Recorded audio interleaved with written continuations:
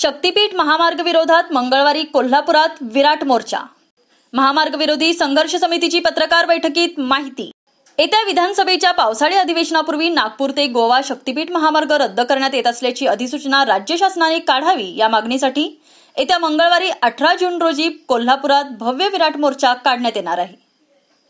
शक्तीपीठ महामार्ग विरोधी संघर्ष समितीच्या वतीने आयोजित करण्यात आलेल्या या मोर्चात जिल्ह्यातील सर्व शेतकरी, ग्रामस्थ, महिला भगिनी आपल्या कुटुंबासह सहभागी होत असल्याची माहिती माजी आमदार संजयबाबा घाटगे आणि समितीचे समन्वयक कॉम्रेड गिरीश फोंडे यांनी आज पत्रकार बैठकीत बोलताना दिली।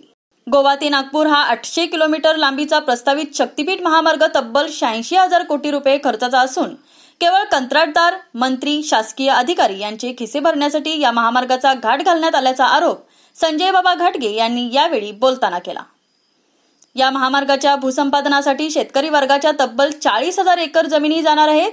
शेतकऱ्यांची अथवा ग्रामस्थांची कोणत्याही स्वरूपाची मागणी नसताना शासनाने बिझनेस हाऊस पोहोचण्यासाठी या महामार्गाचा घाट घातल्याचा आरोप कॉम्रेड गिरीश फोंडे यांनी यावेळी बोलताना केला।